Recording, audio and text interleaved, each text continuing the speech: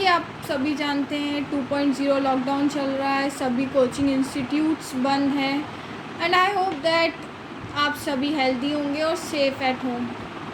तो हम without wasting our time we will start our chemistry class 12 chapter first solid state. आपको बहुत सारी वीडियोस मिल जाएंगी केमिस्ट्री से रिलेटेड, क्लास 12 केमिस्ट्री से रिलेटेड, बट यहाँ पे क्या है, हम यहाँ पे अब चैप्टर वाइज डिस्कस करेंगे और टॉपिक वाइज डिस्कस करेंगे। आपको कोई प्रॉब्लम नहीं होगी। सभी आपको बुक, इवन एनसीईआरटी की बुक भी नहीं पढ़ना पड़ेगा। आप ये नोट्स पढ़ लेते हैं तो इट इज़ सफिशिएंट। आप बोर्ड एग्ज़ाम में अच्छा स्कोर कर पाएंगे। आप ये वीडियोस को अच्छे से देखिए, एक एक टॉपिक को अच्छे से समझिए।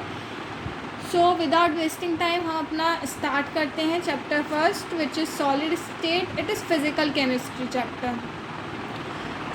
तो हम जैसा जानते हैं 3 स्टेट्स होती है मैटर की, gaseous, liquid, solid. So first we will discuss about gaseous state, that states of matter which does not have definite volume and definite geometry. Geometry we can say shape is called gas. वो gas कहलाती हैं। वो state होती है matter की जिसका definite volume भी नहीं होता है, ना ही डेफिनेट शेप होता है। मतलब हम कह सकते हैं एग्जाम्पल के तौर पे CO2 गैस हो गई, CH4 गैस हो गई, H2 गैस हो गई, etcetera etcetera.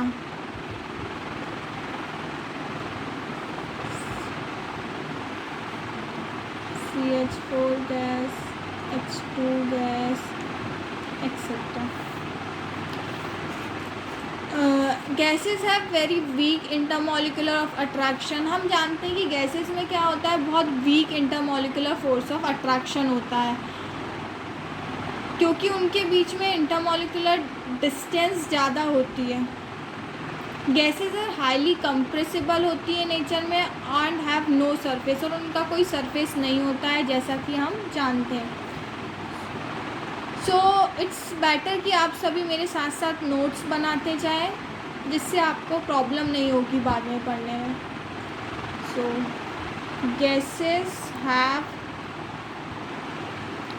Very weak intermolecular force of attraction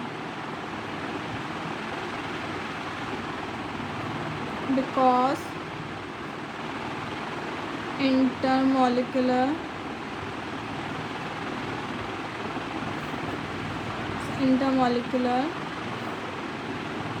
distance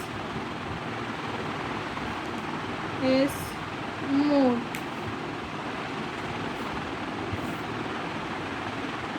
Gases are highly compressible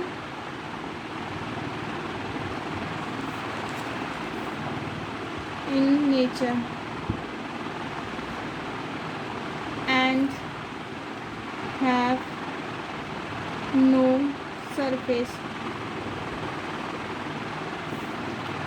So ये तो हम पहले से ही जानते थे, हम छोटी छोटी क्लासेस में पढ़ते हुए आ रहे हैं फर्स्ट सेकेंड। बट अब इस चैप्टर में हमें थोड़ा एडवांस लेवल में पढ़ना है, थोड़ा डीप स्टडी करना है। बट अब second point is liquid. Will discuss about liquid.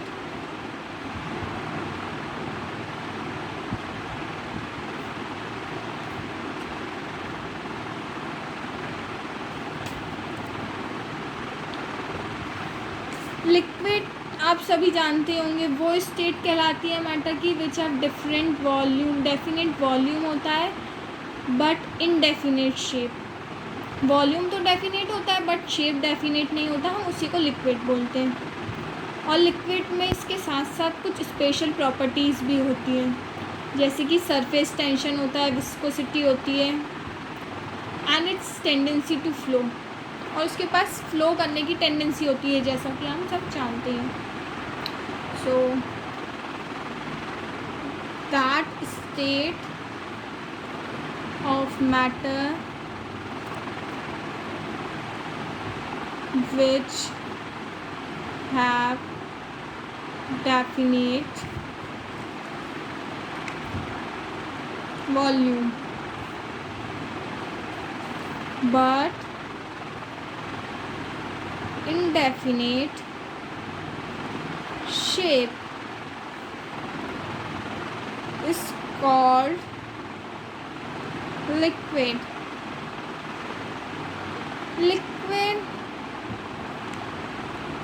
have some special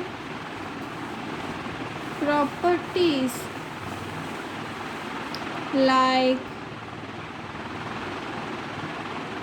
surface tension, viscosity, etc. and has tendency to flow.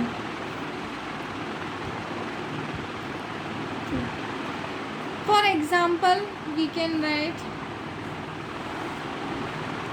water is the best example.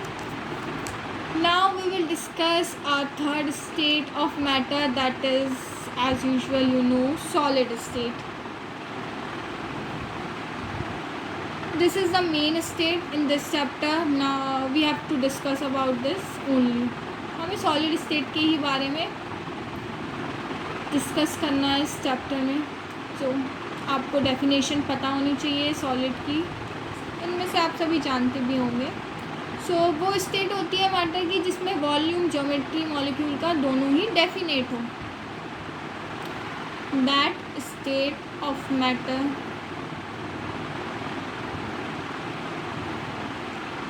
in which volume and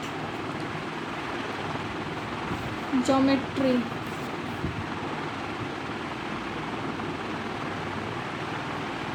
of molecule is definite.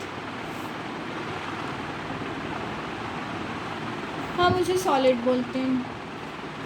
और solid में क्या होता है, intermolecular distance is very close, thus they are strong molecular intermolecular force. उनमें क्या होता है, intermolecular distance बहुत क्लोज होती है, इस वजह से ही उनमें इंटरमोलिकुलर फोर्स भी बहुत स्ट्रॉन्ग होता है. Okay guys, getting what I am trying to say. In solid intermolecular distance are very close, thus these have strong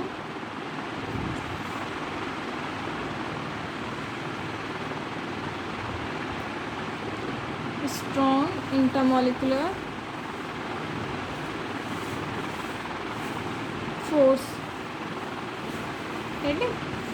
example we can take, हम एग्ज़ाम्पल के तौर पे ले सकते हैं NaCl, KCl etcetera, diamond, graphite and all that. तो आप सभी जानते होंगे, सोच रहे होंगे कि ये सब तो हम पहले से ही जानते थे, बट ये अच्छा है कि हम एक बार डिस्कस कर लें. That's why we discuss now. अब हम अपने मेन टॉपिक पे आते हैं, which is anisotropy. So anisotropy क्या होता है वो हम डिस्कस करने जा रहे हैं अब.